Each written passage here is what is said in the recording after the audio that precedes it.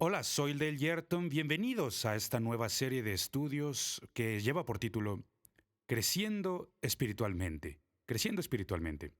Y esta primera lección se llama Plantando la semilla. Plantando la semilla, y al analizar estos estudios será bastante obvio a qué nos referimos, cómo mantenernos en crecimiento. Jesús en el Evangelio de Marcos capítulo 4 versículos 26 y 27 dijo, así es el reino de Dios, como cuando un hombre echa semilla en la tierra y duerme y se levanta de noche y de día, y la semilla brota y crece sin que él sepa cómo. Aquí se habla sobre un agricultor y dice que la semilla crece, pero el agricultor no sabe cómo funciona esto. Él solo sabe cómo hacerlo, qué es lo que hay que hacer, pero él no sabe explicar el por qué crece. Creo que es lo mismo con el crecimiento de las iglesias y cristianos. Es mucho más sencillo que contemos a las personas que se encuentran ahí. Por ejemplo, muchas iglesias preguntan ¿cuántos asistieron a tu servicio el domingo? ¿Cuántos han sido bautizados en agua? ¿Cuántos miembros tienes? ¿Cuántos de ellos diezman? Pero esta pregunta, ¿cuántos? En realidad no abarca lo suficiente. Nos brinda algo de información, pero hay ciertas cosas que no puede contar. Porque todo lo que puede contar, todo lo que puede medir es aquello que podemos ver. Y como líderes espirituales, si queremos que la gente siga creciendo, hay que aprender a medir aquello que no se ve, lo que no podemos ver. Así que si bien esta es una buena pregunta, ¿cuántos es buena? El cristianismo no se trata solamente de números. No. El cristianismo es más que eso. El cristianismo se trata de ayudar a que la gente crezca en Cristo. Ayudarlos a que continúen creciendo. Yo creo que como cristianos es la voluntad de Dios que sigamos creciendo hasta el final de nuestros días. Lo he dicho muchas veces. Una de mis grandes metas en la vida es yo quiero vivir hasta que muera. Yo quiero seguir vivo. No hay razón para que nosotros muramos antes de que nos llegue la hora. Así que la pregunta tiene que ser más que solo ¿cuántos? La pregunta que tenemos que hacernos unos a otros es la siguiente. ¿Dónde estás? Es decir, ¿cómo estás espiritualmente? ¿Estás creciendo espiritualmente? ¿Qué está ocurriendo en tu vida? Y yo comprendo, solo Dios puede cambiar una vida. Nosotros no podemos. Como Pablo lo dijo, yo sembré, Apolos regó, pero ha sido Dios quien ha traído el crecimiento. Y eso es verdad. En Filipenses capítulo 2, versículo 13 leemos, porque Dios es el que en vosotros produce así el querer como el hacer, por su buena voluntad. Luego, en el libro de Efesios, capítulo 2, versículo 10, Pablo dice, porque somos hechura suya, creados en Cristo Jesús para buenas obras. Creados en Cristo Jesús para buenas obras, las cuales Dios preparó de antemano para que anduviésemos en ellas. Así que es solamente Dios quien puede darnos crecimiento espiritual. Sin embargo, como buenos líderes espirituales tenemos que investigar la vida de las personas. ¿Dónde están? ¿Están creciendo? ¿Cómo les está yendo espiritualmente? Una de las preguntas que tenemos que plantearnos a nosotros mismos, porque creo que muchas veces lo que hacemos es contar cuántas personas asistieron, pero la pregunta es, ¿el incremento en la asistencia de las personas a los servicios automáticamente produce crecimiento espiritual? Qué buena pregunta. ¿Será que mientras más personas vayan a los servicios significa que estén creciendo más espiritualmente? ¿Crecen solo por estar asistiendo a los servicios? Porque si la asistencia de la gente a la iglesia equivaliera al crecimiento espiritual, entonces el gráfico se vería más o menos así. Iría desde lo más bajo para quienes están en la asistencia más baja a la iglesia, hasta lo más alto si estuvieran en la actividad de iglesia más alta. sus comportamientos espirituales, el diezmo, el servicio, el evangelismo y muchas más automáticamente incrementarían sus actitudes espirituales. Amar a Dios y amar a la gente automáticamente incrementaría solo por asistir a la iglesia. Pero no es así como se ve el gráfico, sino que la forma en que se ve este gráfico es más o menos así. Es casi una línea plana en cuanto a comportamientos espirituales, sea que estén asistiendo o no. Y luego tenemos las actitudes espirituales. Ahí se ve que están haciéndolo un poco mejor, pero en realidad no es tan alto, solo por la actividad en la iglesia. Solo porque asistes a la iglesia, no significa que en verdad estés viviendo o actuando como un creyente. Entonces, tenemos que desarrollar medios que nos ayuden a determinar si la gente está creciendo o no. El número de asistentes básicamente lo único que determinan es si a la gente le gusta lo que hacemos. Si les gusta lo que hacemos, entonces vendrá mucha gente. Y para muchos, líderes espirituales cuentan esto como un éxito. Si las butacas están llenas, si no cabe ni un alfiler, automáticamente lo van a contar como una victoria. Y no se dan cuenta de que la gente puede estar en problemas espiritualmente. ¿Y por qué hacemos esto? La razón por la que lo hacemos es porque es más sencillo contar cabezas que medir los corazones.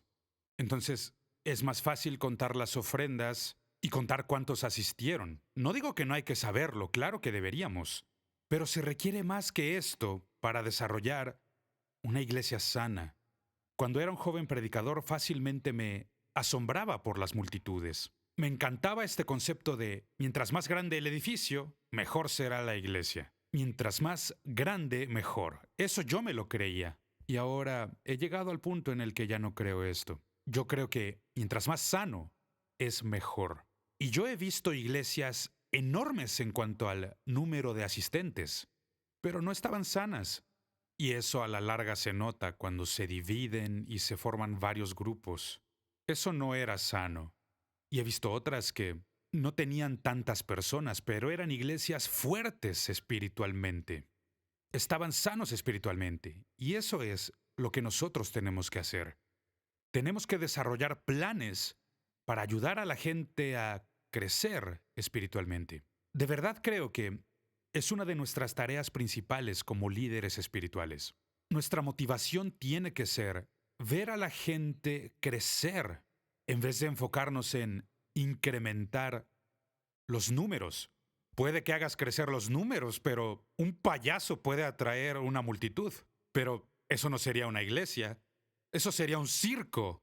Que Dios nos ayude a no ser de esta manera y a desarrollar maneras para ayudar a que las personas crezcan espiritualmente. Esa debe ser nuestra meta. Nuestra meta debe ser identificar y descubrir a los cristianos que crecen espiritualmente y determinar qué es lo que hacen.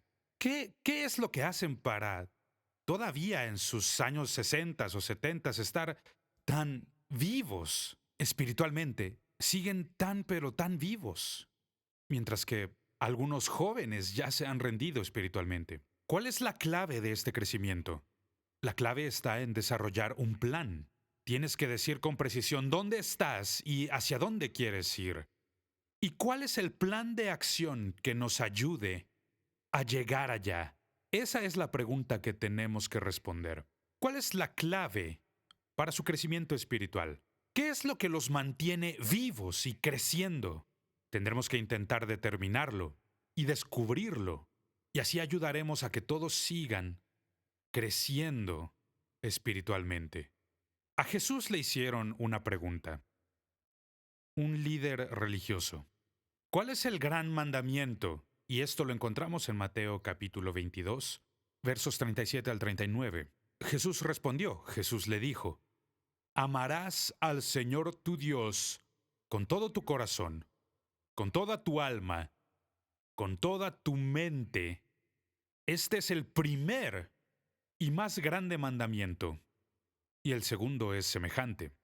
Amarás a tu prójimo como a ti mismo. Vaya, esto sí es muy profundo. Pero este es el meollo del asunto. Amar a Dios y a las personas.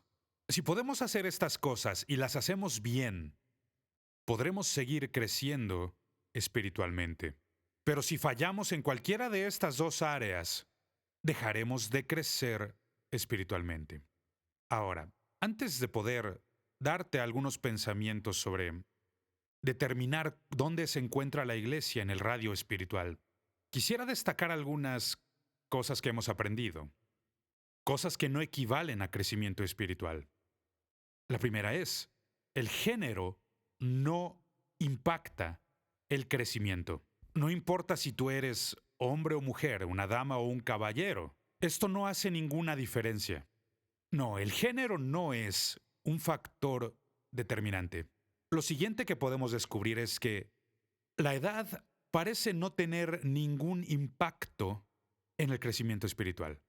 Como he mencionado, hay algunos jóvenes que ya no crecen espiritualmente y hay otros que son muy maduros y que continúan creciendo y están muy vivos espiritualmente. Entonces, la edad no es un factor determinante. La tercera cosa que descubrimos es que no parece importar de qué tipo de iglesia se trate. Y sí, yo comprendo y entiendo que hay iglesias que son mejores que otras iglesias. Pero lo que digo es que en todo grupo de iglesias hay iglesias buenas y hay iglesias que no lo son tanto. Hay iglesias que son fuertes, hay iglesias que no son tan fuertes. Y todo grupo parece ser así. Y no estamos hablando de una organización o denominación en particular. No, no, vamos mucho más allá que eso. Hay ciertos factores involucrados que no podemos ver y que no podemos determinar. Y por esta razón, algunas personas siguen creciendo y otras dejan de crecer espiritualmente. Vamos a definir 4 categorías distintas de gente que asiste a la iglesia. Y tú podrás entonces hallarte a ti mismo en esto. Hay 4 categorías. Y estas 4 categorías reflejan los distintos niveles de madurez espiritual que se hallan en las vidas de quienes asisten a la iglesia. La primera categoría es lo que llamo los exploradores, aquellos que exploran, solo miran, saben que hay algo que está perdido en sus vidas y tratan de encontrar respuestas. Llegan solamente por curiosidad. Llegan y se sientan en el servicio y simplemente miran y observan. Los exploradores no involucran a Dios en sus vidas diarias y la verdad es que no conocen a Dios muy bien. Para ellos, Dios es alguien que está muy distante y se encuentra muy lejos. Él no es cercano y tampoco es un amigo. Entonces ellos no tienen una relación diaria y funcional. No hay relación con Dios. Ellos toman a la Biblia como algo irrelevante.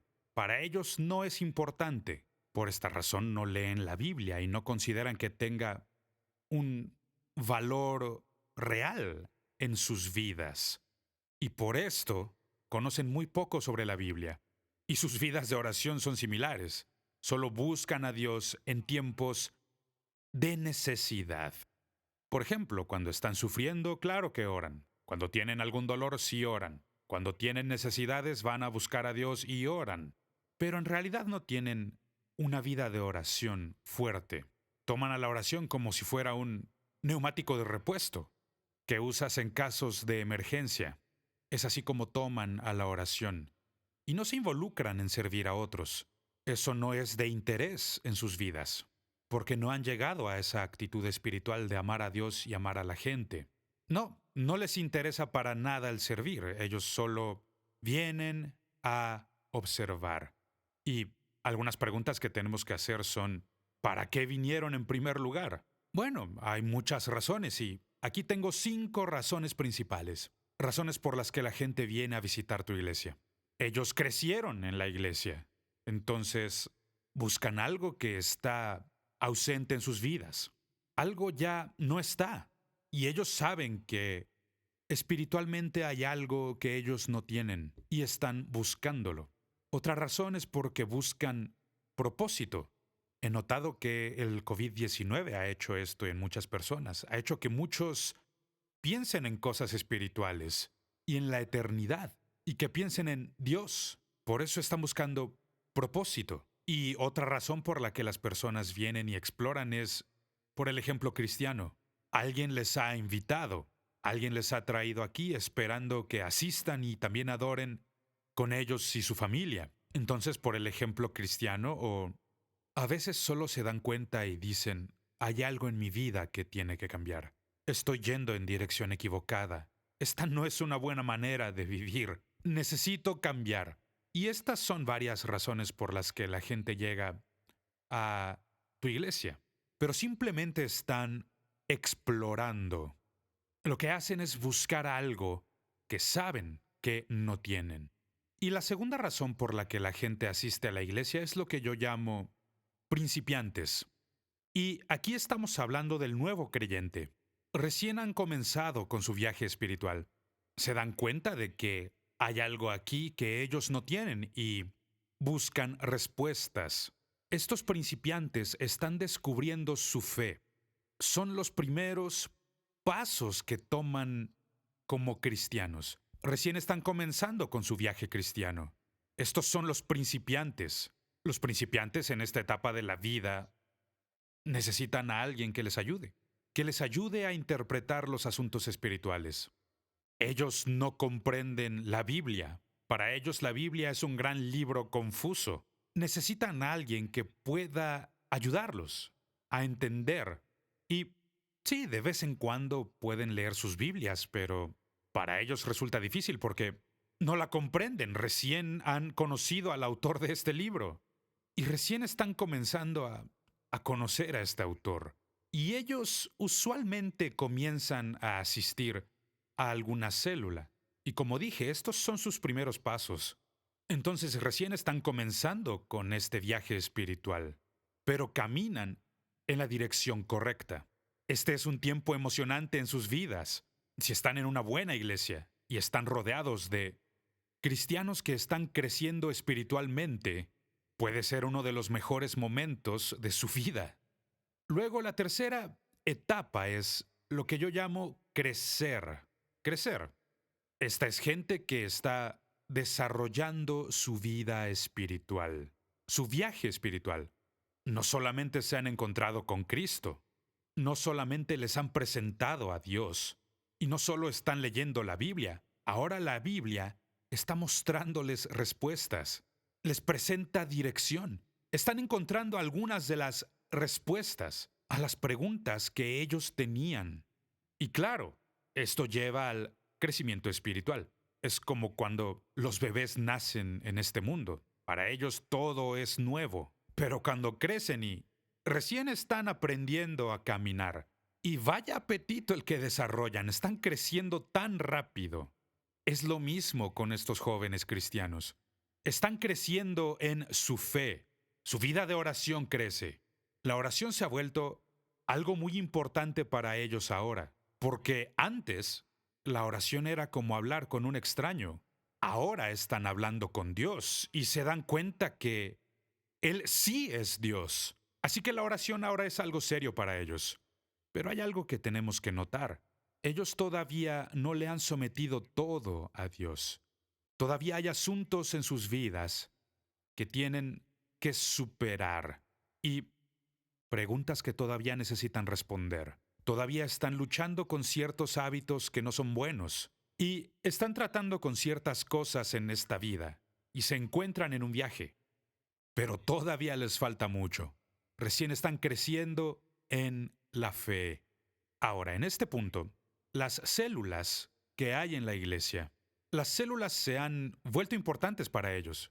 Pero para alguien que se encuentra en esta etapa, las células no son tan importantes como su círculo de amigos. Siguen teniendo este pensamiento de mi círculo de amigos es más importante que asistir a esto de la iglesia. Ahora, quiero mostrarte un gráfico que nos ayudará a entender mejor lo que estoy hablando. Las diferentes etapas. A esto lo llamo nuestros sentimientos sobre Dios. Sentimientos sobre Dios. Y en este gráfico notarás que cada una de estas etapas, la de los exploradores, principiantes, crecimiento, y luego hablaremos sobre la madurez. Cada una de estas incrementa a medida que continúan con su viaje espiritual. Por ejemplo, me siento abrumado de gratitud por las bendiciones de Dios. El explorador, no muchos exploradores dan las gracias a Dios por todo. Pero los que son más espirituales, los que están creciendo y madurando en la fe, se encuentran mucho más arriba que los exploradores, respondiendo y diciendo, sí, doy gracias a Dios. Continuamente le agradezco. O aquí tenemos otra, me siento más cercano a Dios después de pasar por épocas difíciles. Aquellos que están creciendo en su fe se encuentran mucho más alto en este gráfico que aquellos que apenas comienzan, aquellos que solo exploran. Aquellos que dicen, yo sé que no puedo hacerlo por mi cuenta. Vaya, el maduro ha llegado a esta conclusión. Yo, sin Dios, soy incapaz de vivir esta vida. Otro de estos sentimientos es, vivo en un constante estado de gratitud por las bendiciones de Dios. Y en el gráfico notamos que a medida que progresas espiritualmente, todos estos sentimientos sobre Dios incrementan en tu vida. Ahora, la cuarta etapa de la que quisiera hablar. La cuarta etapa es lo que yo llamo madurez. Este es el cristiano maduro, aquel que ya no es simplemente un bebé o un niño, ya no es ni un adolescente. Han alcanzado la madurez en su fe. Una de las grandes diferencias entre las primeras etapas del cristianismo y el cristiano maduro es la manera en la que vemos la cruz. Los cristianos maduros ven la cruz distinto de cómo la ven los otros. El joven creyente, aquel que recién ha comenzado en la fe o que está progresando en la fe, él continuamente está pensando en Jesús y la cruz, lo que Jesús hizo en la cruz.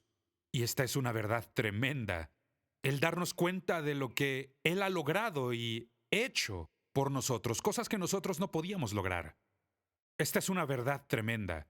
Sin embargo, para el creyente maduro, en vez de enfocarse en la muerte de Jesús, comienza a verse a sí mismo crucificado con Cristo. Ese empieza a ser el énfasis en su vida. De esto hablaba el apóstol Pablo. En la carta a los Gálatas, capítulo 2, versículo 20, Pablo dice, con Cristo estoy juntamente crucificado, y ya no vivo yo, mas Cristo vive en mí. Y lo que ahora vivo en la carne, lo vivo en la fe del Hijo de Dios, el cual me amó y se entregó a sí mismo por mí. Ese es un gran día en la vida de un creyente, cuando tú eres capaz de cambiar el enfoque de tu vida a lo que Jesús hizo en la cruz. Y tú subes a la cruz y mueres con Él. Eso es madurez espiritual. Otra manera de describir al maduro es, el maduro ama a Dios más que a otra cosa. Dios es número uno en sus vidas. Es verdadera adoración. Su estilo de vida se convierte en un estilo de vida de adoración. Por ejemplo, para el cristiano maduro, la oración no es estar rogándole a Dios por algo y tampoco es intentar hacer penitencia por algo. La oración es hablar con un amigo. La oración es una conversación con Dios. Hablas con Dios desde el corazón. Siempre puedo darme cuenta escuchando cómo ora la gente, el cómo están espiritualmente. Porque para el inmaduro siempre es algo incómodo, pero para quien verdaderamente conoce a Dios, es como conversar con un amigo. Para quienes ya son maduros en su viaje espiritual, se dedican a enseñarle a otras personas. Es decir, ya no es tanto lo que yo puedo aprender, sino que puedo compartir con otros. Y ellos continuamente se concentran en otros. Por eso decimos amar a Dios y amar a otros. Porque el enfoque de su vida ya no es interno, ahora es externo. En vez de verse en el espejo, miran fuera de la ventana, buscando a otros a quienes bendecir. Su estilo de vida cambia. Su estilo de vida ahora es un estilo de vida de servicio a otros. Y constantemente están buscando oportunidades. ¿Cómo pueden ayudar? ¿Cómo pueden redimir una situación? ¿Cómo pueden mejorarla? Este es el espiritualmente maduro. Y si miras sus prácticas espirituales, tengo otro gráfico que ilustra este concepto, desde el explorador, principiante, crecimiento y los que han llegado a la madurez. Consuetudinariamente me veo muy motivado pasando tiempo con Dios y su palabra. Aquellos que recién comienzan se encuentran muy abajo, pero los que han madurado se encuentran muy por encima de aquellos que dicen, claro que sí, esto es verdad para mí. Mi vida de oración es como una continua conversación con mi Señor, todo el día. Quien es espiritualmente maduro puede decir, sí, eso es verdad para mí. La oración es la parte central de mi día a día.